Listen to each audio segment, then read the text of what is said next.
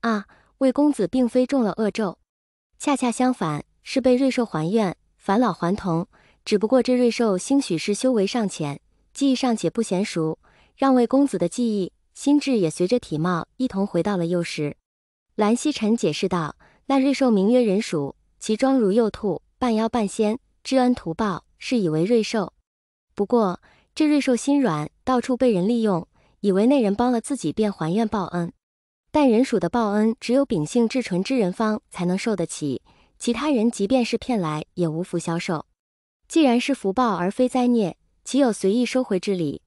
蓝曦臣莞尔，真好，返老还童哀。聂怀桑扇了扇扇子，忽然觉得不对，可魏兄还年轻，也不算老，万一魏兄不想变回去呢？他修为可高了，现在岂不是要重头再来？江澄忽然开口道：“怎么就不想？他天资高，重头再来也只会进意，况且在刘兰家，早日开蒙肯定比原本8、9岁才开蒙的好。”众人诧异，齐齐看着他，都看我作甚？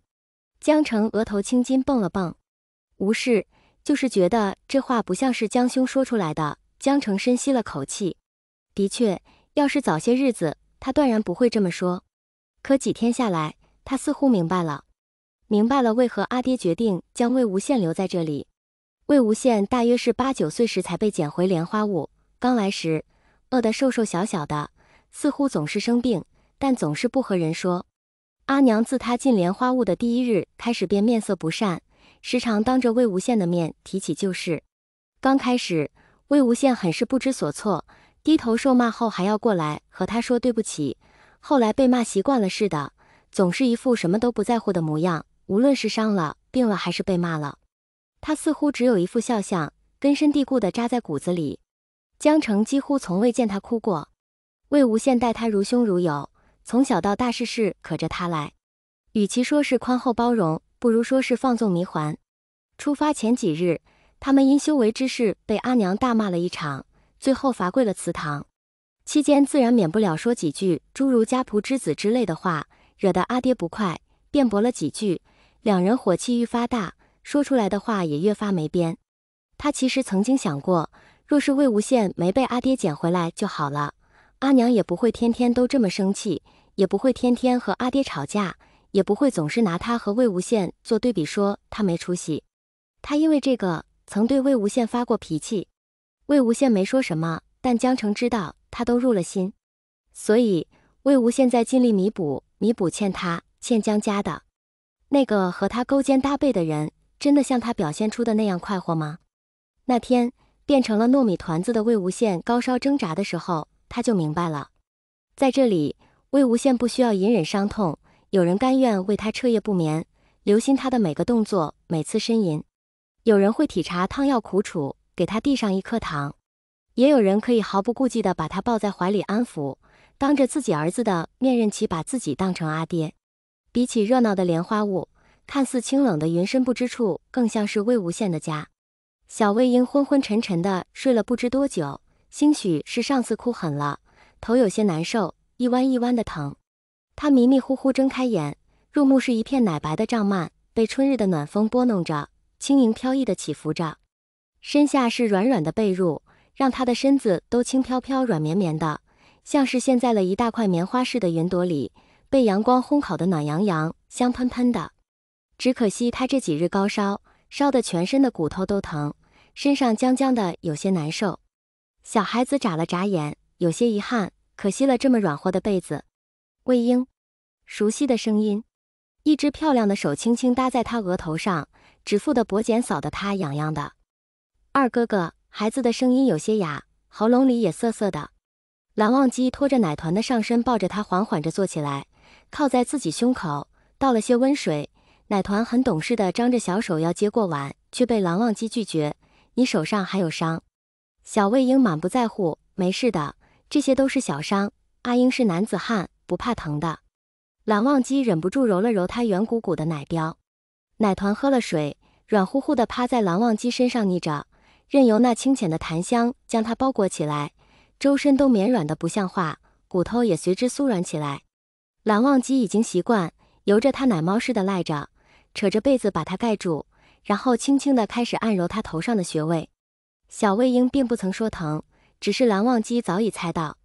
奶团舒舒服服地被摸着小脑瓜，欢快地直哼唧，抱着蓝忘机的脖子黏黏糊糊地蹭着，小手偷偷地攥了一小缕他家二哥哥的长发，摆弄着编辫子，编了半天。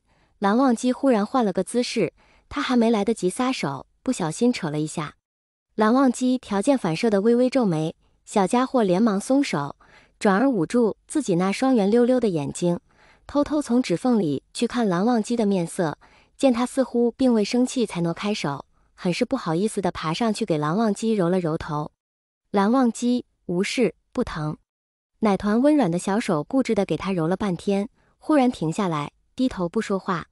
蓝忘机有些担心，小心地将他再次抱进怀里。魏婴。奶团抬头，忽然问道：二哥哥，那天那个哥哥为什么要把阿英丢进水里？是不是我？不是。还没等人说完，蓝忘机便猜出了他想说什么，打断道：不是你的错。孩子懵懵懂懂地看着他，眼神柔软得很，对他是毫无防备的。蓝忘机揉了揉他的头，斟酌了一下：魏婴，这个世界上有许多坏人，他们的恶意往往是无缘无故的，太强还是太弱，都会招来那些人的恶意，需万分小心才是。小家伙点头：阿英知道，阿娘告诉过阿英的。少年看着他蹭着小脸信誓旦旦的模样，心里软和得很，忍了又忍，还是再次轻轻捏了捏奶团的小脸蛋，了一声：但不必害怕，我会一直护着你的。江枫眠临回云梦前，随着蓝启人悄悄去看了一眼小魏婴。奶团软乎乎的一小团，正坐在桌边陪着蓝忘机。少年坐得笔直，握笔端正，小家伙有样学样，一边正着身子调整姿势，一边偷偷看着蓝忘机的姿势。蓝忘机起笔，他也起笔；蓝忘机研墨，他也研墨。江枫眠注意到，小奶团面前摆着的笔墨纸砚都是缩小版的，一看就是特意制办的。奶团涂涂画画了半天，便有些坐不住了，忙着给身边的少年展示他的成果，眼睛亮晶晶的，一副邀功的模样。少年不厌其烦地一一认真看过，不时还询问些什么。奶团兴致勃勃地给他讲着，手舞足蹈的。斜阳散落在静室的木质地板上，泛起一层柔和的深色光晕。远处的树林嵌在柑橘式的落日中央，影子投影在二人的桌上。孩子已然撑不住那个雅正的坐姿，手里还握着干了墨的毛笔，人已经趴在桌上昏昏欲睡，融化的奶糕似的白白软软一小坨，可怜可爱。少年撂下笔来，轻轻把孩子抱在怀里，颇为熟练地拍着。孩子奶声奶气地说了什么，少年点头应允，惹得小家伙满意地亲了漂亮哥哥的脸蛋好几口，终于睡着了。江枫眠转身，半个日头已然消失在山后。外出的鸟儿急匆匆地扑棱着翅膀，该回家了呀。